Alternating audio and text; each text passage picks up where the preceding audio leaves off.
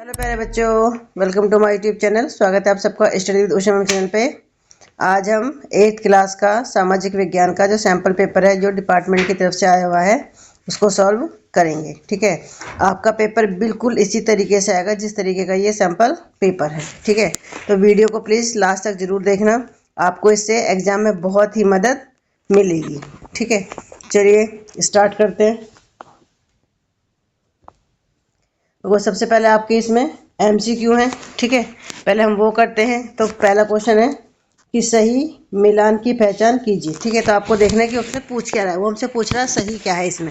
ठीक है, तो वो ऑप्शन ए है कि संविधान की अंतरात्मा सार्वभौमिक वैश्विकताधिकार। ऑप्शन बी संविधान की अंतरात्मा नीति निर्देशक तत्व। ऑप्शन सी संविधान की अंतरात्मा संसदीय कार्यप्रणाली।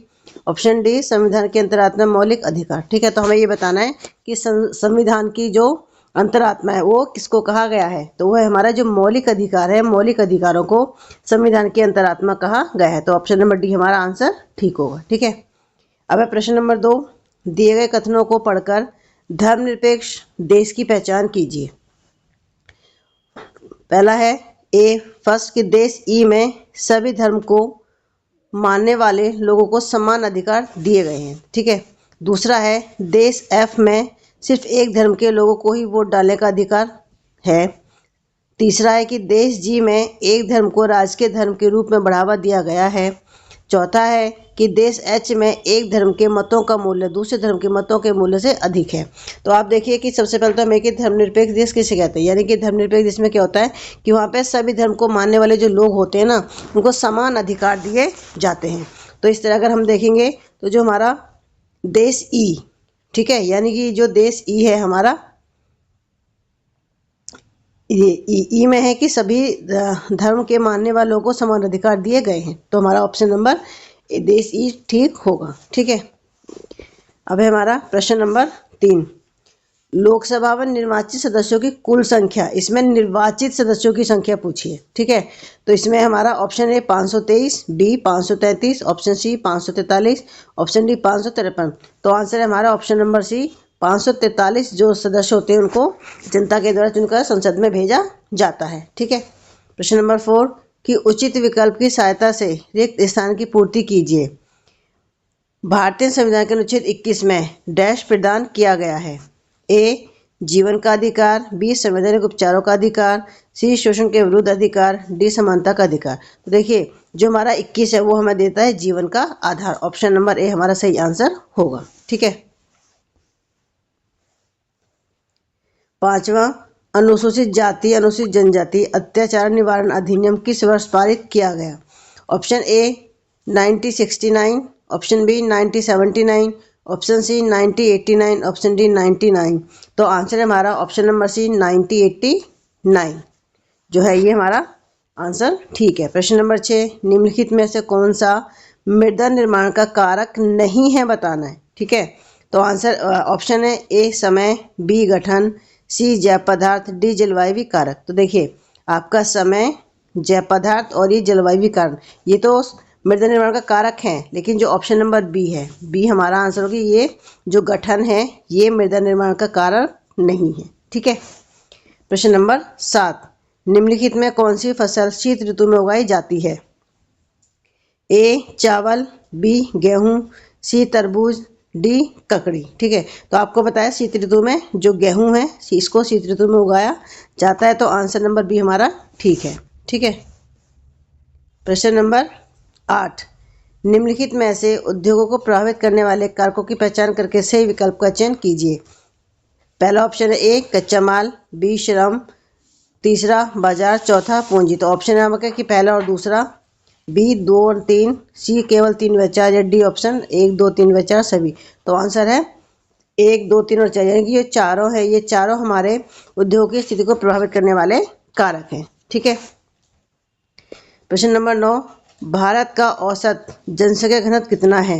ए 382 व्यक्ति प्रति वर्ग किलोमीटर, बी 412 व्यक्ति प्रति वर्ग किलोमीटर, सी 422 व्यक्ति प्रति वर्ग किलोमीटर, डी 482 व्यक्ति पर व्यक्ति किलोमीटर। तो आंसर है ए 382 व्यक्ति प्रति वर्ग किलोमीटर औसत जनसंख्या घनत्व है। ठीक है, प्रश्न नंबर 10 नीचे दो कथन 1 और कथन 2 के रूप दिए गए हैं। दोनों कथनों को पढ़िए और सही विकल्प का चयन कीजिए। कथन 1 है कि नवीकरणीय संसाधन वे संसाधन हैं जो शीघ्रता से नवीकृत अथवा पुनः पूरित हो जाते हैं।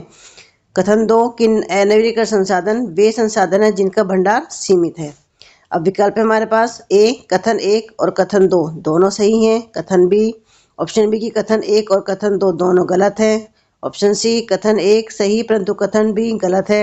ऑप्शन डी कथन 1 गलत परंतु कथन 2 सही। तो हमारा आंसर होगा ए। इसमें हमारे दोनों कथन ठीक है, कथन 1 भी ठीक है और कथन 2 भी ठीक है। ठीक है। प्रश्न नंबर 11, नीचे दो कथन अभिकथन ए और कारण आर के रूप में दिए गए हैं। कथनों को पढ़िए और सही विकल्प का चयन कीजिए। अभिकथन ए है कि 1917 में बिहार में महात्मा गांधी ने चंपारण आंदोलन की शुरुआत की। कारण है कि अंग्रेज नील कृषकों के समर्थक थे। ठीक है। विकल्प है हमारे पास अभिकथन ए एवं कारण आर दोनों सही है। कारण आर अभिकथन ए की सही व्याख्या है। ऑप्शन बी अभिकथन ए एवं कारण आर दोनों सही परंतु कारण अभिकथन की सही व्याख्या नहीं है। ऑप्शन सी अभिकथन ए सही है परंतु कारण आर गलत है। ऑप्शन डी कथन ए गलत परंतु कारण आर सही है। ठीक है। तो इसमें जो हमारा आंसर होगा ऑप्शन नंबर सी।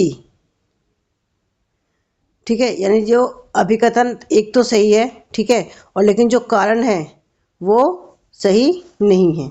ठीक है, वो गलत है। अब क्वेश्चन नंबर 12,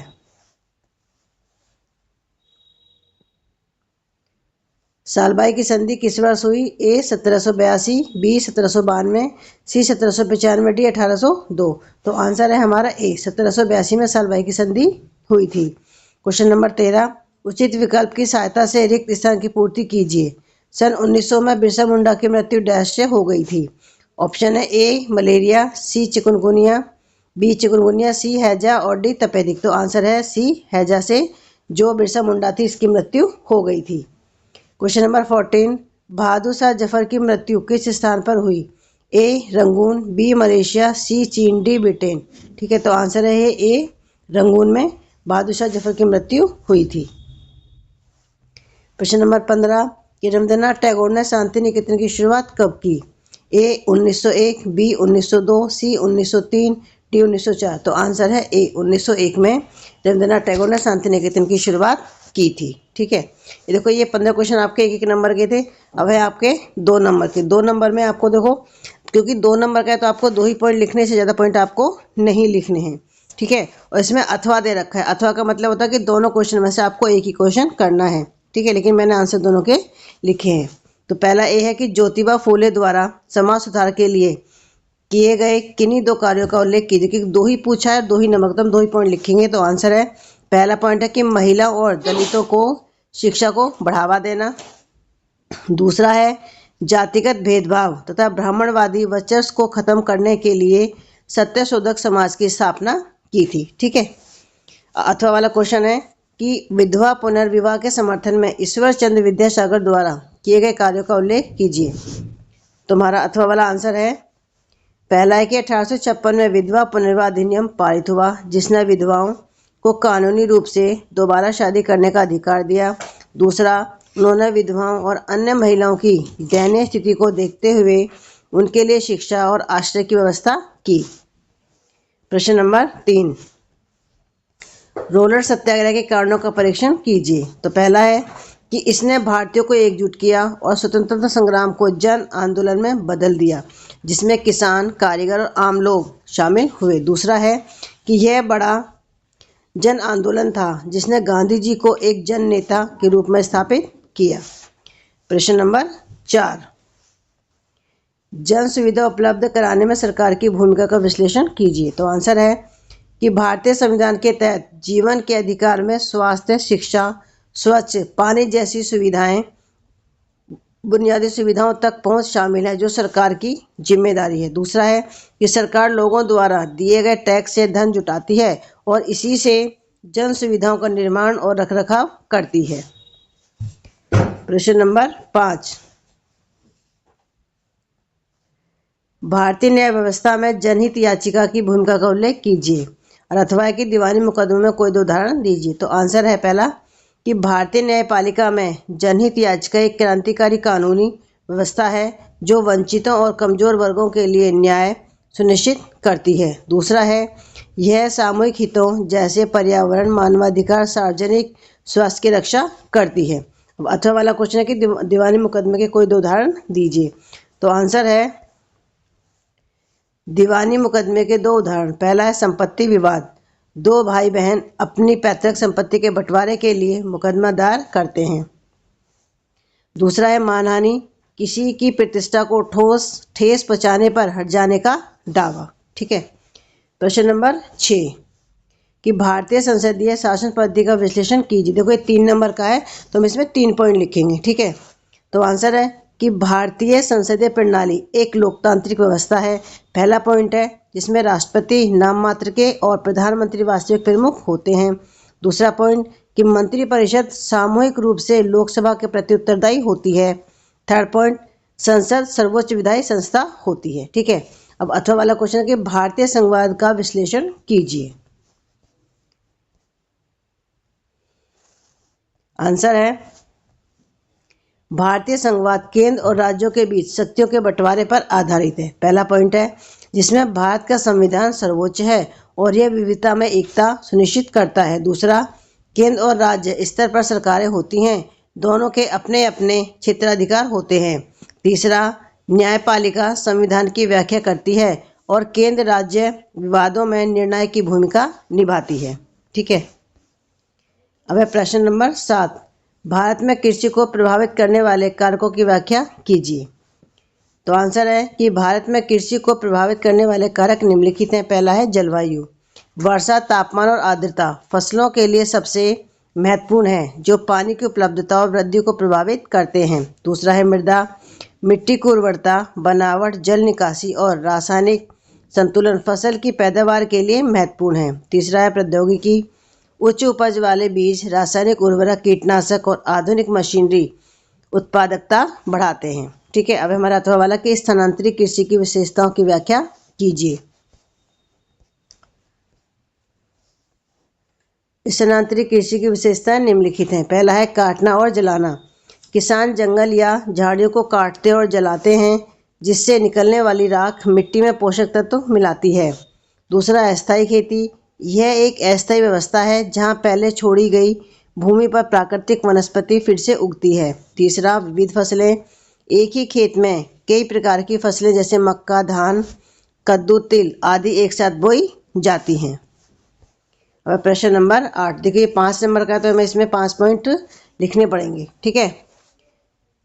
कि भारत की जनसंख्या वितरण को प्रभावित करने वाले कारकों की व्याख्या कीजिए।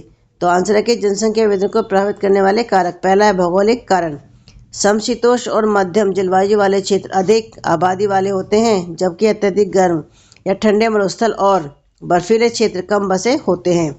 दूसरा, आर्थिक कारण, औद्योगिक क्षेत्र और शहर रोजगार के बेहतर अवसर, बेहतर शिक्षा, स्वास्थ्य और परिवहन सुविधाएं प्रदान करते हैं।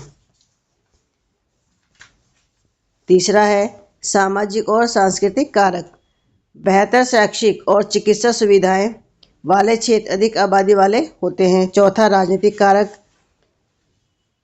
युद्ध, राजनीतिक अस्थिरता और उत्पीड़न कम आबादी का कारण बनते हैं जबकि शांति और सुरक्षा वाले क्षेत्र अधिक आबादी वाले होते हैं। पांचवा है प्रवासन, किसी स्थान से बाहर जाने वाले लोग जनसंख्या कम करते हैं खासकर जब प्रतिकूल परिस्थितियां, बेरोजगारी निम्न स्तर हो। क्वेश्चन नंबर 9, पहला है कि भारतीयों की शिक्षा के प्रति अंग्रेजी सरकार के दृष्टिकोण की समीक्षा कीजिए। तो आंसर है पहला है कि अंग्रेजी सरकार का भारतीयों की शिक्षा के प्रति दृष्टिकोण दोहरा था। दूसरा, उन्होंने प्रशासनिक जरूरतों के लिए अंग्रेजी और पश्चिमी शिक्षा को बढ़ावा दिया। तीसरा, अंग्रेजी सरकार ने पारंपरिक भारतीय शिक्षा की उपेक्षा की और जन शिक्षा पर ध्यान नहीं दिया। चौथा, अंग्रेजी सरकार का मुख्य लक्ष्य ऐसे भारतीय तैयार करना था जो रंग और रक्त से भारतीय लेकिन विचारों और नैतिकता से अंग्रेज हों। चौथा, ब्रिटिश सरकार का दृष्टिकोण भारत के लिए पश्चिमी शिक्षा को एक उपकरण के रूप में इस्तेमाल करना था। ठीक है। अब अथवा वाला है कि रविंद्रनाथ टैगोर भारतीयों के लिए किस प्रकार की शिक्षा के पक्षधर थे।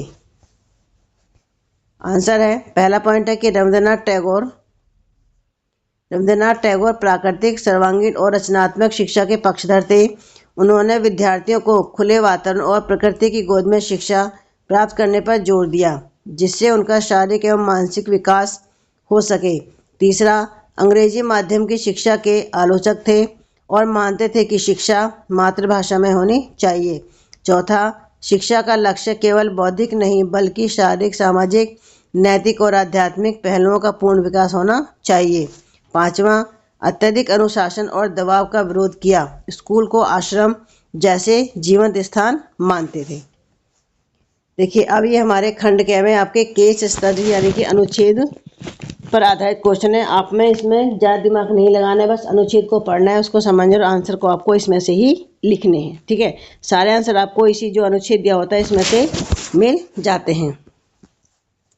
पढ़ते हैं। देखिए हम अनुच्छेद को पहले कि समाज में भी ऐसे समूह या समुदाय हो सकते हैं जिन्हें बेदखली का एहसास रहता है। उनके हास्यकरण की वजह यह हो सकता है कि वे एक अलग भाषा बोलते हैं, अलग रीति रिवाज अपनाते हैं या बहुसंख्यक समुदाय के मुकाबले किसी दूसरे धर्म के हैं।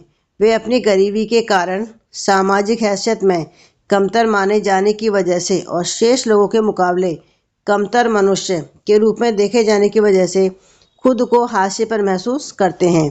कई बार हाशिए पर समुदायों को अलग दुश्मनी और डर के भाव से भी देखते हैं। अलग थलग किए जाने का यह एहसास समुदायों को संसाधनों और मौक़ों का फ़ायदा उठाने से रोकता है। फलस्वरूप हाशिए पर समुदाय अपने अधिकारों के लिए आवाज़ उठाने में चूक जाते हैं। उन्हें समाज के ऐसे ताकतवर प्रभावशाली तबकों के मुकाबले शक्तिहीन पराजय का एहसास रहता है, जिनके पास ज़मीन है, धन दौलत है, जो ज़्यादा पढ़े लिखे और राजनीतिक रूप से ज़्यादा ताकतवर हैं। इसका मतलब यह है कि हाशियाकरण किसी एक ही दायरे में महसूस नहीं होते, बल्कि आर्थिक, सामाजिक और राजनीतिक सभी दायरे समाज के कुछ तबकों को हाशिए पर महसूस करने के लिए विवश करते हैं। तो देखिए पहला क्वेश्चन है कि कुछ समुदायों को हाशिए पर क्यों महसूस होता है। ठीक है, तो देखिए यहाँ से लिख सकते कि अपनी गरीबी के कारण सामाजिक हैसियत में कमतर माने जाने की वजह से और शेष लोगों से मुकाबले कमतर मनुष्य के रूप में देखने की वजह से खुद को हाशिए महसूस करते हैं।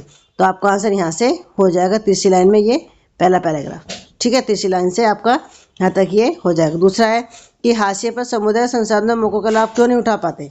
ठीक है, क्यों नहीं? क्योंकि उन्हें अलग थलग किए जाने का है। देखो दूसरा यहाँ से लिखो कि अलग थलग किए जाने का यह ऐसा समुदाय को संसाधनों और मौकों का फायदा उठाने से रोक देता है। ठीक है, यानी कि उनको अलग थलग, उनका ऐसा कि वो अलग है तो इसलिए उनको उसका फ़ायदा नहीं उठा पाते। ठीक है, दूसरे का आंसर आप यहाँ से कर सकते हैं। फिर है कि हाशियाकरण किस प्रकार समुदाय को शक्तिहीन बना देता है। तो देखिए हाशियाकरण किसी एक ही दायरे महसूस नहीं होते, बल्कि आर्थिक, सामाजिक और राजनीतिक सभी दायरे में जो लोग हैं वो अपने आप को शक्तिहीन उनको बना देता है। ठीक है, अब अनुच्छेद 11, निम्नलिखित अनुच्छेद को पढ़कर पूछे गए प्रश्नों के उत्तर दीजिए। देखिए हम पढ़ते हैं कि चाहे बाजार हो, दफ्तर हो या कोई कारखाना हो, बहुत सारी स्थितियों में लोगों को गलत तौर तरीकों से बचाने के लिए कानून जरूरी होते हैं। कुछ निजी कंपनियां, ठेकेदार, व्यवसायी आदि ज़्यादा मुनाफा कमाने के चक्कर में गलत हथकंडे भी अपनाते हैं। उदाहरण के तौर पर वे मजदूरों को कम मेहनताना देते हैं, बच्चों से काम करवाते हैं, काम की स्थितियों पर ध्यान नहीं देते या पर्यावरण का ख्याल नहीं रखते और इस तरह आसपास के लोगों को भी नुकसान पहुंचाते हैं। ऐसे में सरकार की एक अहम जिम्मेदारी यह बनती है कि वह उन निजी कंपनियों के गलत तौर तरीकों को रोकने और सामाजिक न्याय प्रदान करने के लिए कानून बनाए, उनको लागू करे और उन पर निगरानी रखे। यानी नया सरकार को केवल सही कानून बनाने चाहिए, बल्कि उनको लागू भी करना चाहिए। अगर कानून कमज़ोर हो और उनको सही ढंग से लागू न किया जाए तो भी भारी नुकसान हो सकता है। तो पहला क्वेश्चन, कुछ निजी कंपनियां गलत हथकंडे क्यों अपनाती हैं। तो क्यों अपनाती हैं? वो ज़्यादा मुनाफे के चक्कर में गलत हथकंडे अपनाते हैं। तो आपका तीसरी लाइन में यहाँ से ये पहले का आंसर हो जाएगा। ठीक है, यानी कि मुनाफा कमाने के चक्कर में वो गलत हथकंडे अपनाती हैं। दूसरा है कि सरकार की महत्वपूर्ण जिम्मेदारी क्या है। तो देखिए सरकार की महत्वपूर्ण जिम्मेदारी क्या है। सरकार की महत्वपूर्ण जिम्मेदारी है कि निजी कंपनियों के गलत तौर रोकने और सामाजिक न्याय करने के लिए क्या करे, कानून बनाए। ठीक है, यह आपका दूसरा आंसर कि वो क्या करे, सिर्फ कानून बनाए। ठीक है, तीसरा कि सरकार के लिए कानून बनाने पर्याप्त क्यों नहीं है। देखिए इसलिए है कि यानी कि उनको सरकार को केवल सही कानून बनाने चाहिए बल्कि उनको लागू भी करना चाहिए। ठीक है, यहाँ से करेंगे क्योंकि उनको लागू भी करना चाहिए। क्यों? क्योंकि अगर कानून कमज़ोर हो और उनका सही ढंग से लागू न किया जाए तो उससे भारी नुकसान हो सकता है। तो ये आपके तीनों के आंसर इसमें से ही पैराग्राफ में से आपको मिल गए हैं। ठीक है, अब हमारा प्रश्न नंबर 12। निम्नलिखित अनुच्छेद को पढ़कर पूछे गए प्रश्न के उत्तर दीजिए। जब हम इतिहास या कोई कहानी लिखते हैं तो उसे टुकड़ों या अध्यायों में बांट देते हैं। हम ऐसा क्यों करते हैं? ऐसा इसलिए किया जाता है ताकि हर अध्याय में कुछ सामंजस्य रहे। ठीक है, इसका मकसद कहानी को एक तरह सामने लाना होता है कि उसे आसानी से समझा जा सके और याद रखा जा सके। इस प्रक्रिया में हम सिर्फ उन घटनाओं पर जोर देते हैं जो उस कहानी को पेश करने में मददगार होती हैं। जो इतिहास गवर्नर जनरलों के जीवन के इर्द गिर्द चलता है उसमें भारतीयों की गतिविधियां कोई मायने नहीं रखती, उनके लिए वहाँ कोई जगह नहीं होती। तो फिर क्या किया जाए? जाहिर है अपने इतिहास का एक अलग खाका बनाना पड़ेगा। इसका मतलब है कि अब तक जिन तिथियों को महत्व जाता रहा है वे महत्वपूर्ण नहीं रहीं, हमारे लिए नई तिथियां महत्वपूर्ण हो जाएंगी। देखिए, पहला क्वेश्चन है कि इतिहास या कहानी को ध्यान बांटने का मुख्य उद्देश्य क्या है। देखिए, जो मुख्य उद्देश्य है ऐसा इसलिए करते क्योंकि हर अध्याय में कुछ सामंजस्य रहे। आपका पहला आंसर यहाँ पे। ठीक है, और मकसद की एक तरह का सामान लाना है, उसे आसानी से समझा जा सके और याद रखा जा सके, इसका मेन उद्देश्य होता है। दूसरा है कि पुराने इतिहासकार लेकिन भारतीयों की गतिविधियों की उपेक्षा क्यों हो जाती है? क्योंकि देखिए क्योंकि ये सिर्फ उन्हीं घटनाओं पर जोर देते हैं जो उस कहानी को पेश करने में मददगार होती हैं। ठीक है, तो यहाँ पे आपका दूसरे का आंसर हो जाएगा। ठीक, फिर है कि जब इतिहासकार पुरानी तिथियों को छोड़कर नई तिथियों को महत्व देने की बात करते हो तो इससे इतिहास की व्याख्या में क्या परिवर्तन आता है? तो आप यहाँ से लिख सकते हो कि इसका मतलब है कि अब तक जिन कहानी महत्व दिया जाता रहा है तो वे महत्वपूर्ण नहीं रहेंगी हमारे लिए नई तिथियाँ, क्योंकि अब तक जिन तारीखों को महत्वपूर्ण माना गया था वो महत्वपूर्ण नहीं रहेंगी जब नई तिथियाँ आ जाएंगी। तो आप इसका तीसरे का आंसर यहाँ से लिख सकते हैं। ठीक है, अब है हमारा प्रश्न नंबर 13। अनुच्छेद को पढ़कर पूछे गए प्रश्न को उत्तर। पहला है कि बढ़ती जनसंख्या तथा इसकी बढ़ती मांग के कारण वन भूमि और कृषि योग्य भूमि का बड़े पैमाने पर विनाश हुआ। इससे प्राकृतिक संसाधन के समाप्त होने का डर पैदा हो गया है। इसलिए विनाश की वर्तमान दर को अवश्य ही रोकना चाहिए। वन रोपण, भूमि उद्धार, रासायनिक कीटनाशकों, उर्वरकों के विनियमित उपयोग तथा अति चारागाह पर रोक आदि भूमि संरक्षण के लिए कुछ सामान्य तरीके हैं। क्वेश्चन पढ़ते हैं कि बढ़ती जनसंख्या के कारण किस प्राकृतिक संसाधन को समाप्त होने का डर पैदा हुआ है? तो क्या है? जो कृषि योग्य भूमि है। ठीक है, कृषि योग्य भूमि का बड़े पैमाने पर विनाश हुआ है। तो आप यहाँ पे क्या लिखिए? पहले का आंसर ये है, कृषि योग्य भूमि का बड़े पैमाने पर विनाश हुआ है। ठीक है, दूसरा कि भूमि संरक्षण को एक सामान्य तरीका। देखो, भूमि संरक्षण क्या है? वन रोपण, भूमि उद्धार, ये सारे आपके, इनमें से आप कोई भी एक आंसर लिखोगे तो आपका यहाँ से आपका दूसरे का। ठीक है, कि बढ़ती जनसंख्या किस प्रकार भूमि संसाधनों के विनाश के कारण बनती है। तो देखो, इस पहली लाइन में लिखा है कि बढ़ती जनसंख्या इसकी बढ़ती मांगों के कारण। ठीक है, तो ये भूमि संसाधनों के विनाश के कारण बनती है। ठीक, तो देखिए ये जो हमारे पैराग्राफ थे ये हमारे चारों पैराग्राफ हो गए। अब है हमारे मैप। भारत के रेखा मानचित्र में निम्नलिखित किन्हीं, देखो आपको पांचों को दर्शाना है। 5 छेदे रखें: दांडी, चंपारण, दिल्ली, लखनऊ, झांसी और जलियांवाला बाग। तो आप इनको मैप में देख सकते हो। ठीक है, ये आपका यहाँ पे पंजाब में जलियांवाला बाग है, दिल्ली यहाँ पे है, ये दिल्ली, फिर आपका ये लखनऊ, चंपारण बिहार, झांसी आपका एमपी में, ठीक सॉरी यूपी में, और दांडी आपका ये गुजरात। ठीक है, तो देखिए ये आपके लिए बहुत ही बेनिफिशियल होने वाला है जो आपका एग्जाम होगा फाइनल का 8th क्लास का सोशल साइंस का। ठीक है, अगर आप मेरे चैनल पे नए हैं तो प्लीज़ मुझे को लाइक और सब्सक्राइब जरूर करें, साथ ही और बच्चों को भी शेयर करें ताकि और बच्चों को इसका फ़ायदा मिल सके। ठीक है, तो आज की वीडियो बस इतना ही, मिलते हैं आपसे नेक्स्ट वीडियो में। Thank you.